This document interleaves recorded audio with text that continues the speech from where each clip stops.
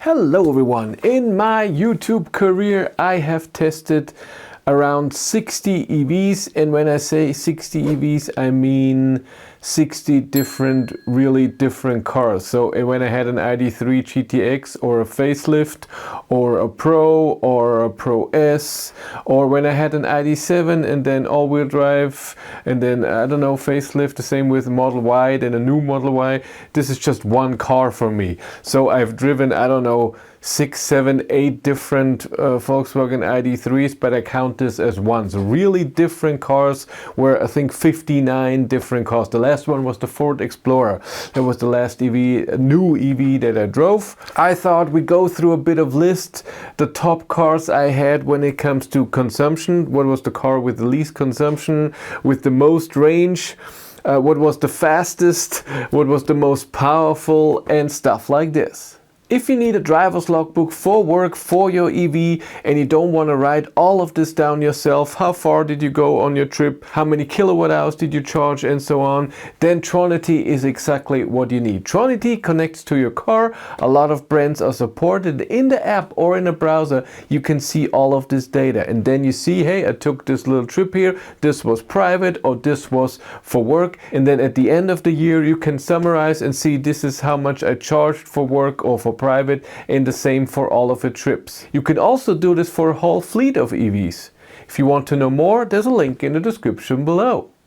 Let's start with efficiency, and this is extremely hard because it all depends when do I have the car. I get press cars for 1 or 2 weeks, and then if I get them in the winter with winter tires, then of course the car is not that efficient that if I get it in the summer. And for example, if I get a car with 20-inch wheels but there are 19-inch wheels available, it would also be more efficient with the 19-inch wheels. My ID7 of course has here the advantage, since I have it for a full year and I do a special range test. For example, I did my maximum range test at 130 kilometers an hour in the summer at perfect temperatures, because I had the car all the time. I could wait for the perfect day. And so this is a bit hard to say. I also tested cars before the list that we are seeing here. For example, the Ioniq, the original Hyundai Ioniq with the 28 kilowatt hour battery, but I didn't do a range test. I don't know the consumption. The same for the 38 kilowatt hour battery version that came out later, the facelift. I did 130 kilometers a range test, but not a full one. It was just 70 kilometers or so. And in that test, I had 183 watt hours per kilometer average consumption. And I'm pretty sure if I would do a whole test in great weather, it will be a lower consumption, because 70 kilometers, that's not very good. But if I look just at the consumption of the tests where I really tested the car at 130 kilometers an hour, my ID7 had the lowest consumption of 174 watt hours per kilometer. And again, it was in the summer, in June, 20 to 24 degrees. I didn't need heat, I didn't need AC. I have 19-inch summer tires on, that's the perfect tires. So this is the most efficient ID7 that you can have for in the summer. That's important. In the winter I don't have a heat pump, but where the consumption was just extremely low. Then after that was the Tesla Model Y, the made in China model version, so not the new one that's coming out right now. It was an older version. It was the first one available in Europe, still made in China, and it was in September of 21.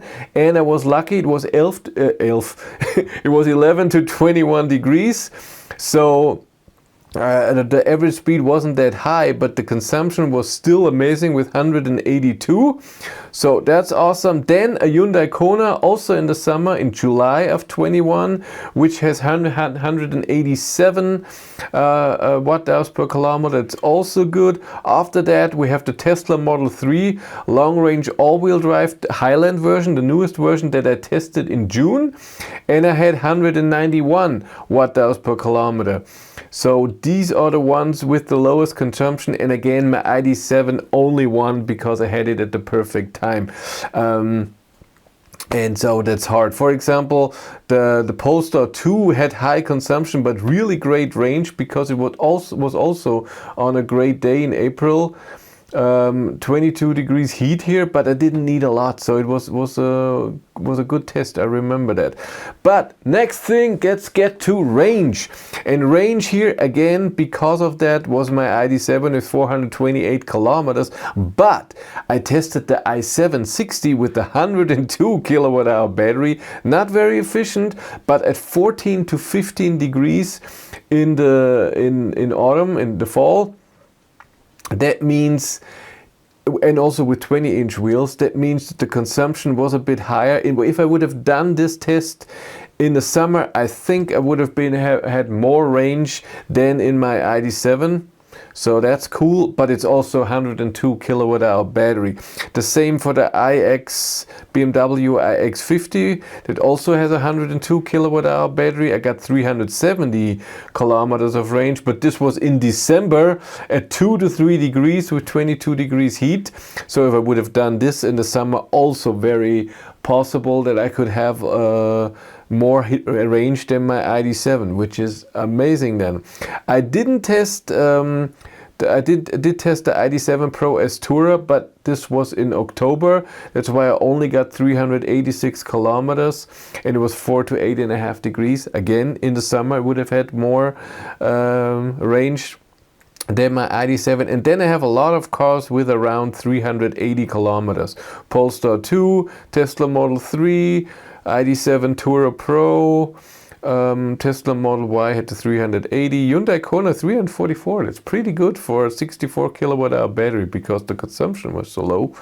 That's awesome. So here again, it's my ID7, but again, because of the weather. Next is the most comfortable car that I drove.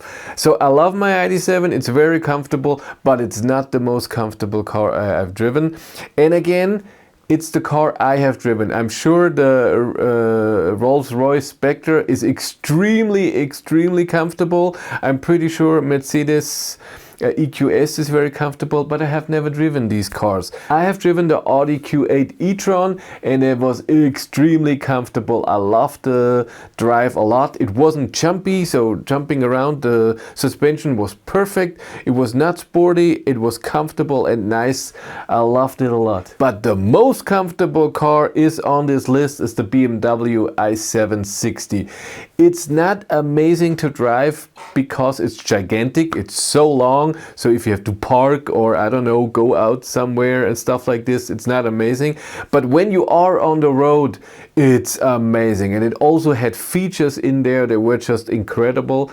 I love driving the car. The seats were amazing. When you drive 200 kilometers an hour in this car, it feels like nothing because the suspension is just perfect. It's not, again, not jumpy. It's not moving around. It's stable. It's amazing. I love the comfortableness. If they would build the same suspension into a car that's smaller, I would still like that. What was the most powerful car? That's very easy. It was the Tesla Model S Plaid with the 1020 horsepower, but I only had the car for an hour and I had to film stuff, so I drove it for maybe 30 minutes, so I couldn't do acceleration test. The fastest car that I've measured with 3.65 seconds, 0 to 100 kilometers an hour, was the Ioniq 5N that had 660 horsepower or something like this.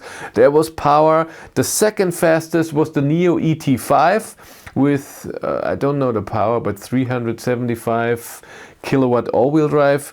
That felt more powerful, even though it's a tiny bit slower. The acceleration just felt more powerful. It was really nice. It was a lot of fun. And with this, what was the fastest I've ever driven in an electric car? And it was also the Ioniq 5N with 221 or so for a millisecond, and then I slowed down. I accelerated a lot, a bit over 200, but 221 was just for a little second.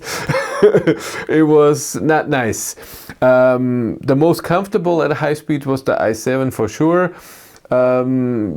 Tesla's, the Plaid, I have not driven extremely fast, only 270 or so, but Model 3, Model Y are not nice at high speeds, not to my liking. It's too much movement and everything. They're not comfortable for that.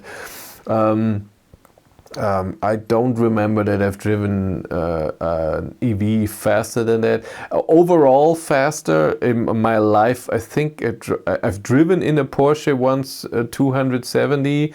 I wasn't the driver and it felt normal. It didn't feel too fast. I have driven myself, I think, in a BMW M3, a very old version, the E46. I think I drove 230 or so. I'm not sure how fast it was. It was also not nice. Of course, I'm not gonna rate the cars, so what was the best car for me to drive in a whole mix? When it comes to power, I would so love to drive the Tesla Model S Plaid a bit longer, not just for an hour, so for a week or two, to test out how it is daily driving, because when I drove it, it felt extremely comfortable. I liked it a lot and it had the power. So, and it is more luxurious than Model 3, Model Y. You have your cockpit there. I like that. It had the yoke. I don't like this. I would have wanted a normal steering wheel.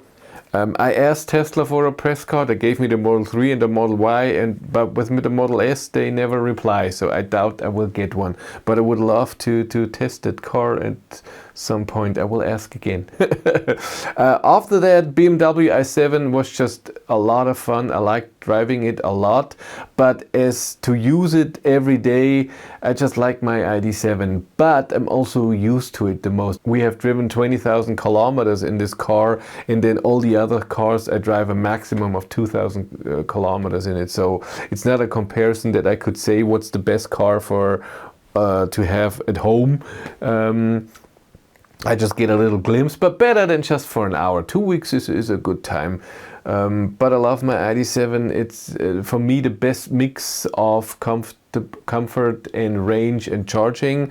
Would just be nice to have a bit more power, but it's very possible that then the efficiency is not there because the motor is producing so much power, and then you cannot have the very efficient drive that I have in my ID7. Nice, nice. If you want to follow me on Instagram, BatteryLife1, and if you want to support the channel, there's a Patreon link in the description below, and here on YouTube there's also channel membership. And if you want to know what's happening behind the scenes, I have a third YouTube channel, Behind the Battery. But that's it for me. Thank you much for watching, have a great day and take care. Bye!